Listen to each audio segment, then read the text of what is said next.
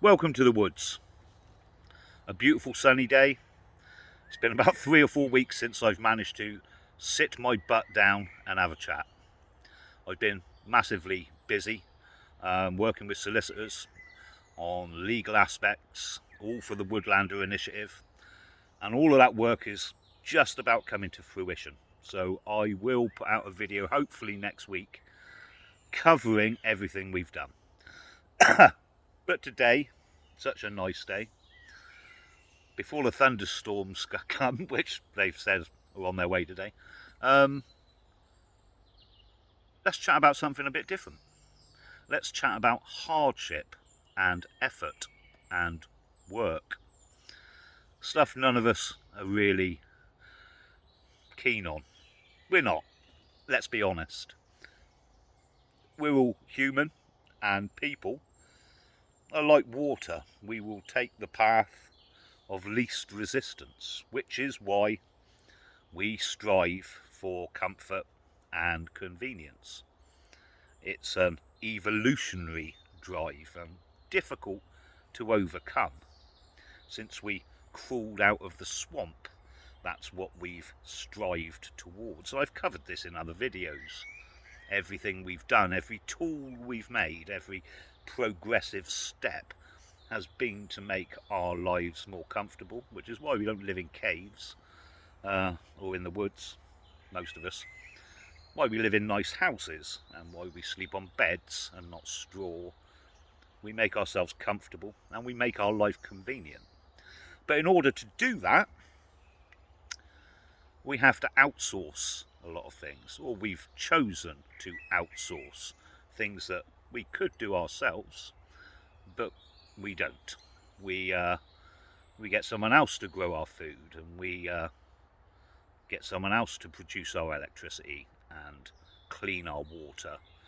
And then we work 40 hours a week for 40 years of our lives to earn money to pay the people to do the things that we could do ourselves.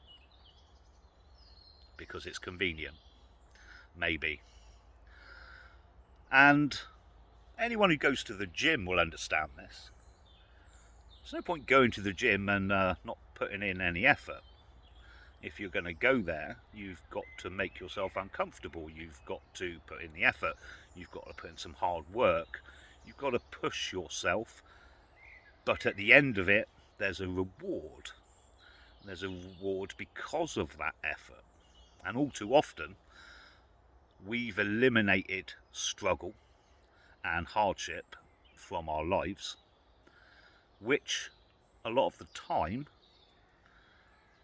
leaves us feeling empty and that nothing is really worthwhile.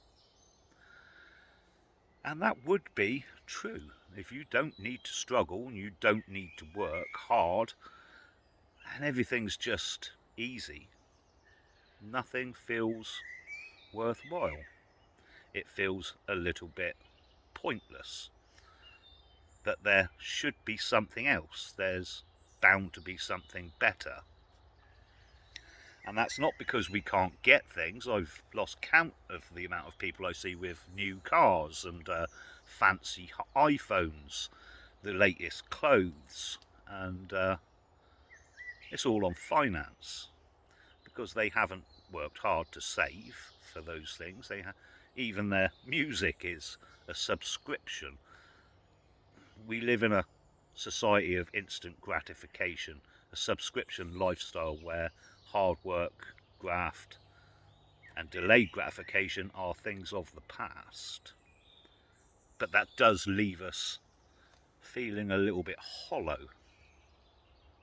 And I've heard people, content creators, talk about this emptiness, this hollow feeling as, it's a spiritual thing. And I'm sure that's part of it. Our ancient pagan religions and later Christianity, both of which have been eroded, do leave us with an emptiness inside. But so does the eradication of hardship and struggle. That is an important part of life. And if we're honest with each other, It's something we try hard to avoid. But it's only after a struggle, it's only after hardship, that the reward is worthwhile. Things that come easy usually aren't worth anything, and we kind of know that on an intrinsic level. Moving forward, over the next few years, things are going to get tough. Many people will find it extraordinarily tough. Food prices are going to continue to rise. Your heating's gone up, your car tax has gone up, your insurance has jumped up. Everything you're paying out is going up in price. We know this. It's going to continue to do so. None of your wages are keeping up with that inflation, and they're not going to. So you're going to be left with less and less money, which is going to give you less and less options. Now, you do have the option of taking back some control yourself. You can start growing some of your own food. Everyone can do this. You can push a carrot top into a bucket of mud and a potato next to it. You can plant some garlic, you can plant some onions, and they will grow. If you give them water and a little bit of sunlight, you can grow this stuff yourself, and it's relatively cheap. It's cheaper than going to Tesco's and giving your money to a multinational organisation. So I would suggest that that's something you try. It was a stark contrast for me, the amount of stuff I used to outsource. When I first moved off grid, I suddenly realised that, I was working 40 hours a week, and I was going to be for 40 years of my life to earn the money to pay people to do the things that I wasn't doing, and now I had a chance to do them. And it was good. It taught me delayed gratification. It taught me that if you work hard for something, the reward at the end is worthwhile, and that nothing comes without that struggle. We're going to have to remember that. Nothing worthwhile comes without the struggle. Don't avoid the struggle. Go through it. Embrace it. Enjoy it. Life is not a destination. It's a journey. And that journey can be hard graft, hard work. It may mean you need to step outside your comfort zone and do things you haven't done before.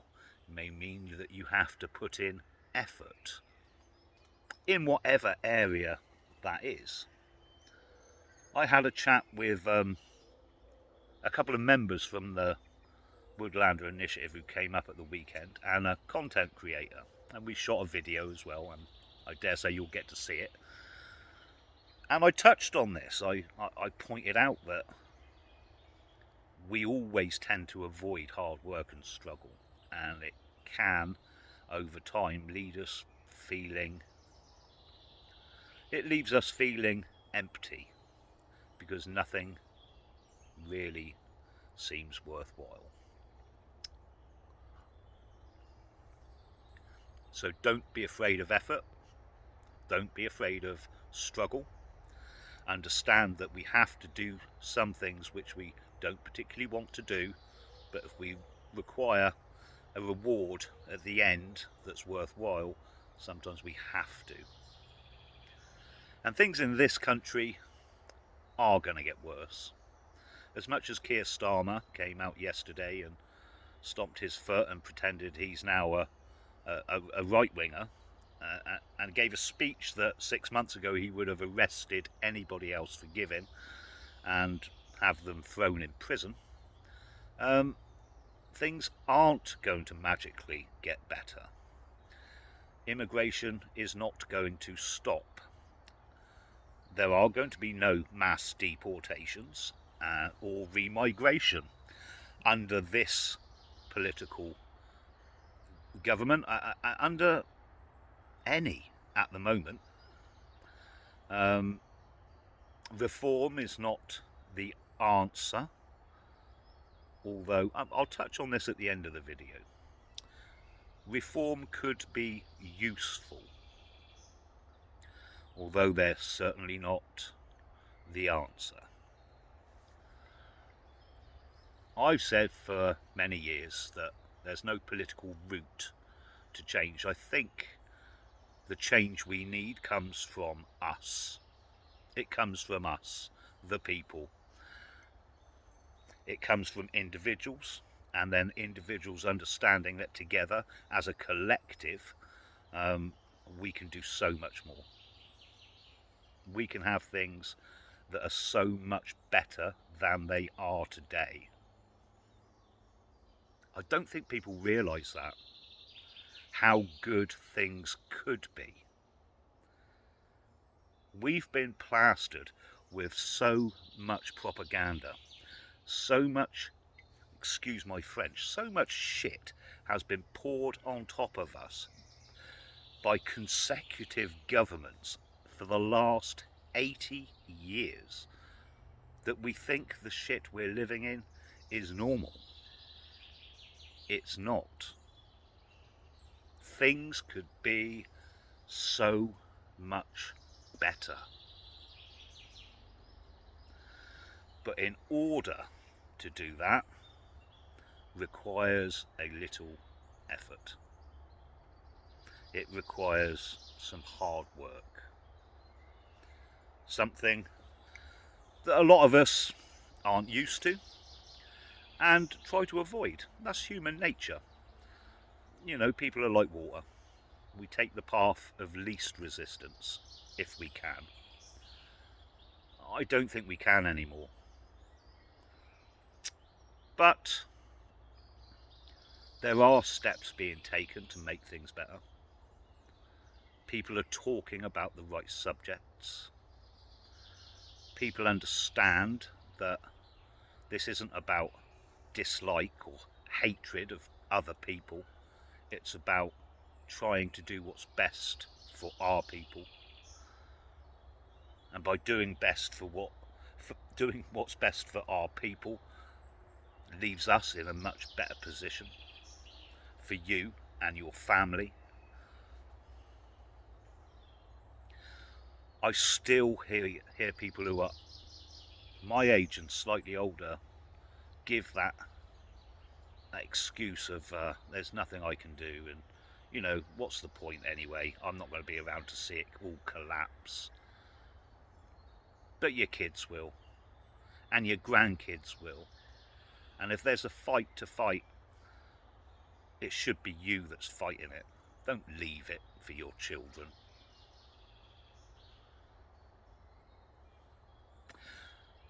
When these guys came up at the weekend and we were chatting, their idea is to start conversations, to keep talking to people that they don't know. And that's a good idea, because I'm here sat talking to you, and I dare say there will be a few thousand people watch this, but most of you know what I'm saying. Most of you already get it. Most of you already understand. But it's important to talk to people that don't. And I know there'll be people in the comments to this video that will say there's no point talking to the normies, talking to the general population. They're all brainwashed. They won't listen. No point talking to the boomers. I get it. I understand your reluctance, and you're right to a certain degree. But for every 10 you talk to, maybe one takes in a little of what you say. And then if someone else says the same thing, they've heard it twice. And then if Bill has a chat with them and says something similar, they've now heard it 3 times. And by the time they've heard it 5 times, it suddenly becomes their point of view as well, because people are like water and take the path of least resistance. And if everybody around them is talking about the same thing, that they will soon take on that point of view. So from our perspective, it makes sense to continue talking, and to do that openly, to talk about the things we want, to say that, do you know what, mass immigration hasn't worked. multiracial society is actually detrimental. It's done nothing but harm. It hasn't helped the GDP. It hasn't improved businesses. In fact, the high streets are desolate. The only thing in them is money laundering Turkish barbers and nail shop salons, multinational coffee shops, maybe a few betting shops sprinkled to rinse the last bit of money out of the working class. Where's the benefit? Crime's gone through the roof. Where's the benefit? And if you can talk to normal people, they'll agree with you. Then they'll go home, they'll watch the BBC, they get reprogrammed. The next day you talk to them, they say, well, yeah, but it's not all of them. And you can talk to them again. And maybe it will take 20, 30 people to say the same thing. But eventually,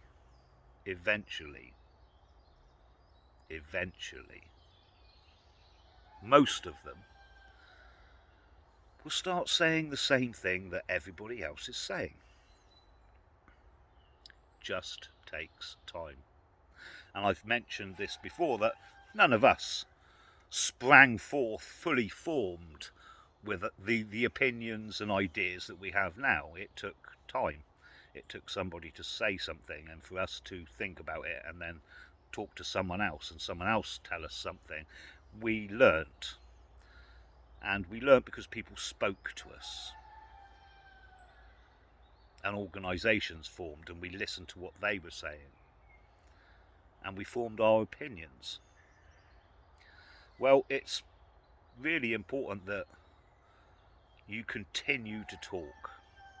And you continue to talk to the people that don't already know. There's no point preaching to the converted. Talk to others. On a one-to-one basis, in groups, it doesn't matter. What does matter is we continue talking. We get our point across. And the video I shot at the weekend will cover a lot of that. Reform. So I did say I would touch on how reform could be useful. Now, for years, in fact decades, I've been saying there's no political route, and by that I meant there's no party political route for us on the right to move forward and affect the changes that need to happen. That route's been blocked, and slowly, I think, a lot of people have taken on board what I've been saying for 20 years and are looking at other ways we can move forward and make our lives better and put ourselves in a position where we secure our future. And one of those ways is to use an existing political organisation, that being reform. It's not for me. I've dabbled in the sewer of our political system with smaller political parties, with mainstream political parties. I've seen it from the inside, from the very top to the very bottom. But I completely understand that some people cannot get their head around alternative ways of gaining power and would like to be involved in a political way. If that's your shtick, if that's your goal, if that's what you want to do, then reform is a way you can scratch that political itch. The membership of reform are much more open to our talking points. So you can join a political organisation, slowly pull the membership further our way just through talking to them, educating them.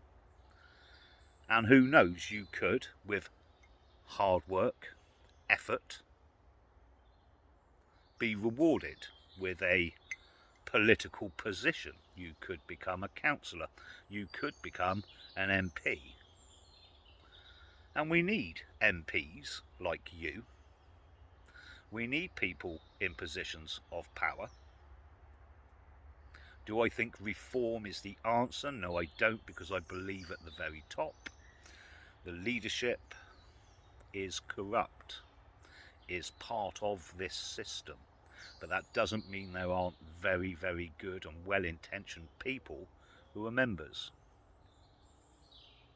And if we can get enough of our guys in there talking the right talking points, we may be able to drag that already existing party further our way.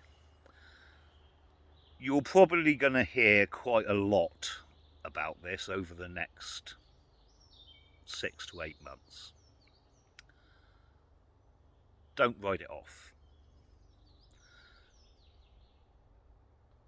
There is no reason that it's not worth trying. It doesn't mean everything else falls by the wayside. It doesn't mean you put all your eggs in one basket. And it doesn't mean you're trying to start up a brand new political organisation from the very ground and build it up and gain men. To do that takes around 15 to 20 years. And even then I can tell you, you're not going to get anywhere because the system's against you, and it's the system that decides where you get. Reform have been allowed to get where they are. All I'm proposing is, if that is your thing, if you want to play politics, there's no reason you shouldn't use what's there on a plate for you. Anyone can join. I would suggest you play your hand close to your chest, keep your head down, work hard, work yourself into a position of power within the party, and we'll see where that goes. For me personally, I'm going to continue building the Woodlander Initiative, which has just purchased another plot of land. We are getting together end of this month. I expect to see a lot of you there. Things are actually looking up. There's so many people waking up to the possibilities of the things we can do outside of the political spectrum. And now there's a vehicle for those that really want to get involved in the sewage of politics that they can use as well. I think the next decade is ours. I think the talking points are going to turn more and more to the truth, and people are going to be looking for people who understand and are willing to explain. Be that person. Don't stop talking. Right now, the general public are just beginning to get angry. Be the one to give them the answers. Join the Woodlander Initiative and we can be the ones to offer the alternative. I'll speak to you soon, you lot. Be happy, enjoy the sunshine, and I'll see you all at the end of the month.